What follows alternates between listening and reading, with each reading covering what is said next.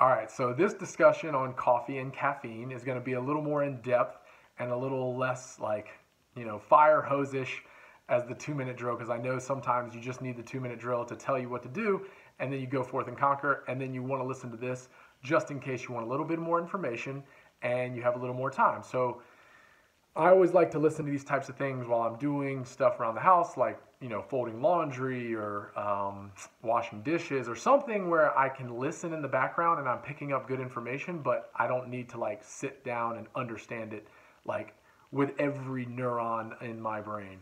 So let's talk about coffee as just a lifestyle that we've like come to just know as life. And I think everyone would agree that most people in the country drink coffee either in the morning, during the day, or at night. It's just something that is a way of life and it has become part of our lives. And, industry and capitalism has really emphasized like the jingle of the best part of waking up is Folgers in your cup. Some people hate Folgers. Some people, have to do their super swanky coffee in the morning, or even not even coffee, something else.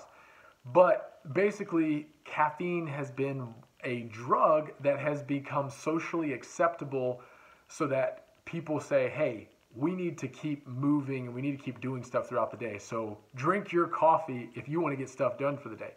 Well, let me tell you, I don't drink coffee on a regular basis. I drink coffee maybe once in a month or once every, a couple of weeks, because I do enjoy the taste and I love just the smell of coffee. Walking into a Starbucks is like, it's such a rush of just good smells. And I understand that a lot of people really enjoy their coffee, and we're going to get into why that is. But basically, just so you know, you don't have to drink coffee. And just think of a world without coffee. Be like, okay, what would I do if I didn't have coffee? And it's probably I would get more sleep so that I would feel better during the day. Anyways, not to belabor that point, we know coffee is a part of our lives, so we want to be able to use that drug, caffeine, as a positive aspect of our life, not something we have to like fall back on in order for us to feel good, right? We wanted to use it as a tool, not a crutch. So the first thing I want to talk about is this chemical called adenosine. Adenosine, I'm not going to get too much into the weeds of what it is, but basically the chemical adenosine starts to build up in our brain over the day, throughout the day, not over the day, but throughout the day. Adenosine builds up in our brain, okay? And when it builds up in our brain, it makes us more sleepy, makes us sleepier, and makes us want to go to bed. So what caffeine does, caffeine has a similar structure to the chemical of adenosine and will actually fit into the neuron areas that adenosine would fit into, and prevents adenosine from binding to those sites so that we don't get sleepy. So basically there's a lot of adenosine in our brain and it's trying to find sites to bind to, but when we drink that coffee,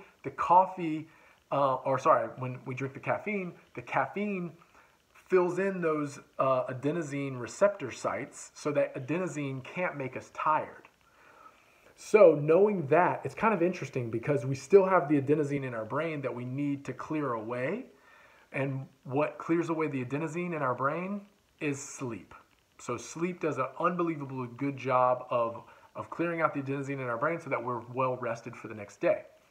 Now, one cool thing about adenosine receptors is that when you drink coffee chronically, like if it's something that you have to do morning, day, and night, your brain will actually start to make more adenosine receptor sites. And I use those. Those are my adenosine receptor sites. So if you only had 4 to begin with, it'll make like 4 over here and four more over here, because it knows, your brain knows that it needs to get those adenosine sites on their receptors so that you go to sleep. So that's pretty cool. Your body will naturally create more adenosine sites so that you get sleepier, so that the adenosine in your brain will attach to the receptor sites. So just know that your The caffeine is definitely, if you're a chronic caffeine drinker, then you need to understand your body is trying to push you to get more rest, probably. So we talked about the cortisol awakening response, and so I won't go into that too much. And basically, that just means our body's creating a lot of cortisol in the morning and then slowly dipping throughout the day. Okay, it's slowly going down, and then we go to sleep, and then the exact same thing. It's like, you know, a roller coaster that never stops. And you can basically, you're not really increasing the cortisol awakening response by drinking caffeine first thing in the morning. You're not. You're actually just increasing your arousal by putting more adrenaline into your blood, into your system, and raising your blood pressure and all that stuff. So just so you know, and then we talked about the half-life. So the half-life of caffeine is around 6 hours. So if you drink a 100 milligram cup of coffee or 100 milligram cup of coffee that has 100 milligrams of caffeine in it, I can't say that right, then at 8 o'clock, if you drink it at 2, at 8 o'clock, you're still going to have 50 grams of caffeine in your system. So just be aware that having that much caffeine in your system as you get closer to bed might prevent you from getting sleepy and getting tired. Now, I know some people are listening to this or watching this and they're going, I can drink 2 cups of coffee before I go to bed and I'm going to knock out. And it's like, okay, that's fine. You know what? Some people build up such a big tolerance that they've created so many more adenosine receptor sites that your body naturally goes, well, they're going to drink caffeine, so I'm going to overpower them by having more adenosine receptor sites, and then the caffeine won't be as effective. That's what we're really trying to do. We're trying to get this caffeine to be effective when we drink it. Because if we drink 5 cups in a day, 1 cup isn't going to do that much in the next day if you drink just 1 cup. You're going to have, it's like upping the ante. It's like any type of drug, you get a dopamine response when you take that drug. So if you're taking 5 cups of coffee in a day, it's going to, like, unless you take time off from drinking caffeine, it's going to take around 4 to 5 cups of coffee to actually feel the caffeine effect. So that's what we're really trying to do here, is we're trying to get as much benefit from the caffeine that coffee produces, or any type of caffeine, that we can use to make us more productive throughout the day, have better thoughts, and do more. Okay? So that's the drug and the dopamine aspect of it. Like, since it is considered a drug, and it is a drug, it has a dopamine response that makes you want to take it more. And we've talked about this a little bit, but I'll go into it just a little bit. Dopamine is the wanting hormone, wanting chemical that makes you want something more. So when you drink coffee, you like that feeling, so your body's going to naturally create more dopamine when it wants to drink more coffee. Just so you know that your body is naturally doing that. So to kind of switch gears just a little bit, talking about sleep. A lot of times in our culture, in American culture, it's about, hey, sleep is for the weak. I'll sleep when I'm dead. I don't need sleep. Just give me a cup of coffee. Give me a 5-hour energy.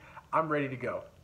And let me tell you that over the past 3 to 4 years, researchers have found so much benefit in getting a good night's sleep that outweighs the amount of caffeine, the production you get from drinking caffeine as opposed to getting a good night's sleep, or even taking a 15 to 20 minute nap in the afternoon as opposed to drinking a 5-hour energy.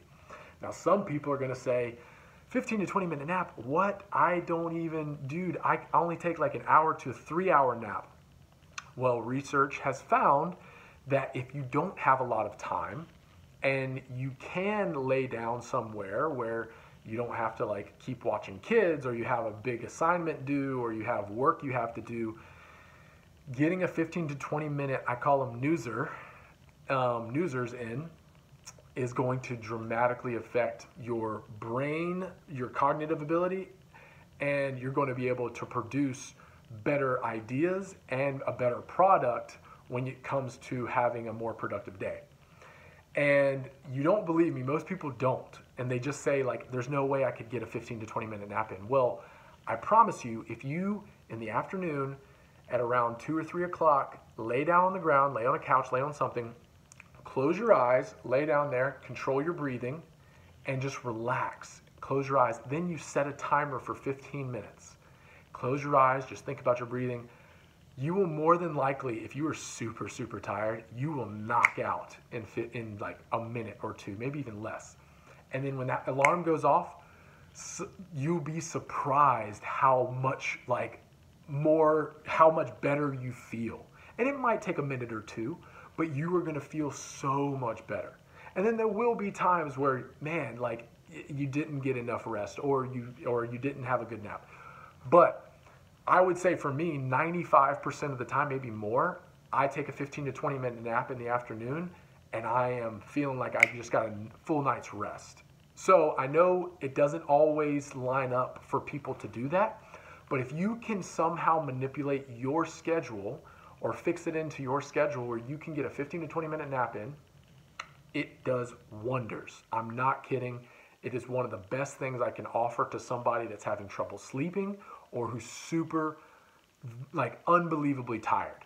And you say you can't do it at work, but you can. You can go to your car. You can close your office door. You can tell people, hey, I'm going to take a 15 to 20 minute nap. Or you can say, I need to meditate for 15 to 20 minutes. Or I need quiet time for 15 to 20 minutes. And I promise you, you will be surprised how much benefit it is taking a 15, 20 minute nap as opposed to drinking a cup of coffee or a 5-hour energy in the afternoon. Now, I'm not saying it's always better, but a lot of times you'll be surprised. Now, what I will say, and I just lost my train of thought, but what I will say is the reason why we're so, we have to drink caffeine all the time is because we feel like sleeping is for the weak. And let me tell you, when you sleep more and you get better sleep or you get a better nap, then you're going to be more productive and the haters are going to hate, but that's just the facts. Like, I'm telling you, getting better sleep and not acting like you're super hard by not getting sleep is not the cool thing anymore. So, the other thing I will say is, the reason why we say 15 to 20 minutes is because once you hit around that 30-minute range, you're getting into REM sleep. And if you get into REM sleep from 30 minutes to 60 minutes and you wake up between that time period, you're going to be very groggy. It's going to take you maybe an hour or two to get back up to speed. Now, you can take a 60 to 90-minute nap, and that's going to give you a full REM cycle. So then you'll wake up feeling more refreshed. All right, so it's either 15 to 20 minutes or 60 to 90 minutes. You pick whichever one you want to do. I know most people don't have a lot of time for anything, so the 15 to 20 minutes is, I'm telling you, the best.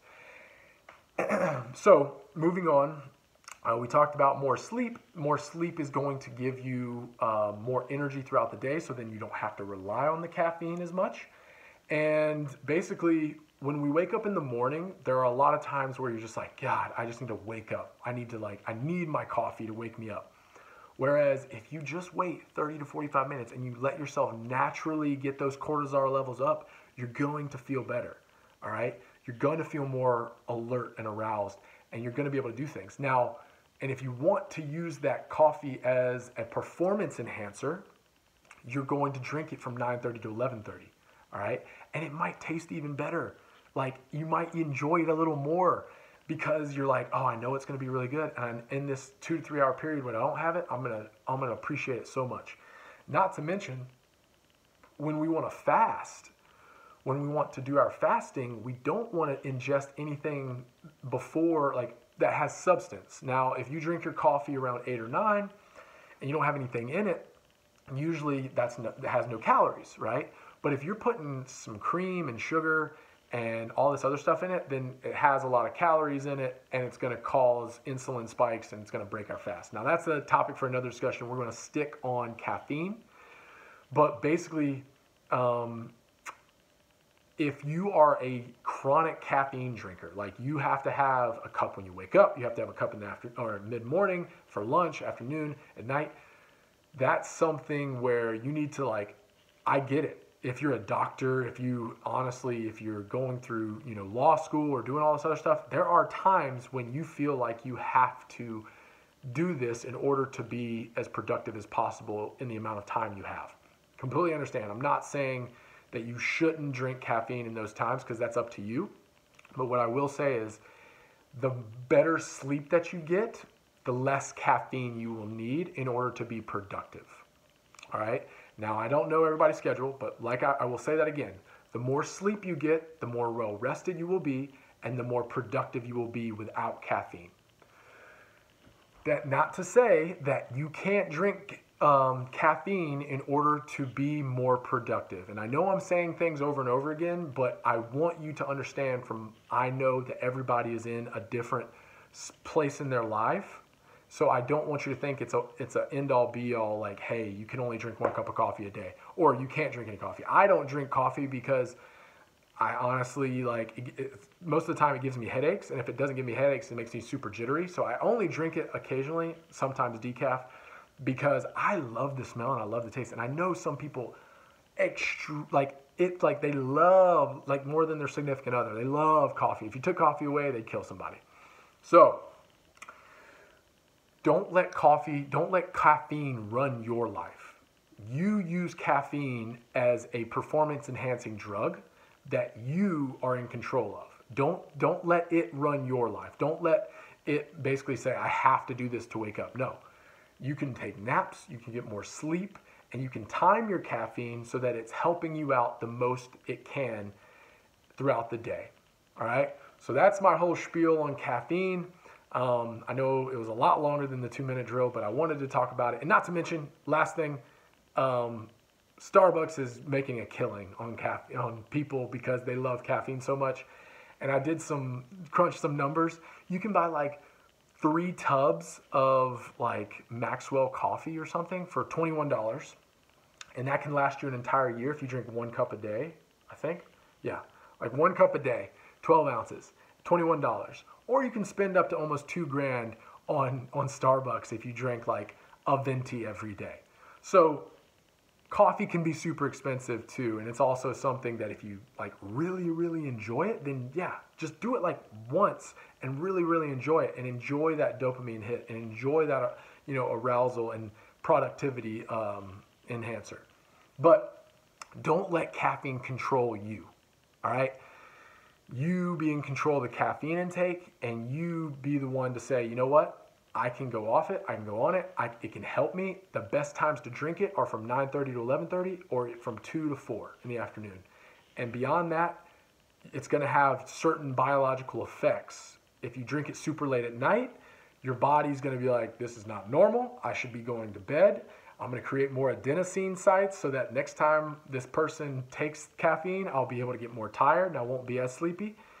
And then in the morning, you're kind of throwing just another fire on fire. You're not really starting the fire. Your cortisol levels are already high. You're just now just kind of putting a little bit of more fire on the fire. So that's all I have. Hopefully that was helpful. If you have any questions, please feel free to reach out. I love looking at this stuff because it makes me realize when to be mindful of when I'm taking in caffeine, or how I'm taking in caffeine, or how it's affecting my body. So hope that was helpful. I know it was a long-winded, but I wanted to get through all of those things, and I will put the resources that I found below so that you can find out more that you want to know about caffeine. So thanks, guys. Have a good rest of your day, and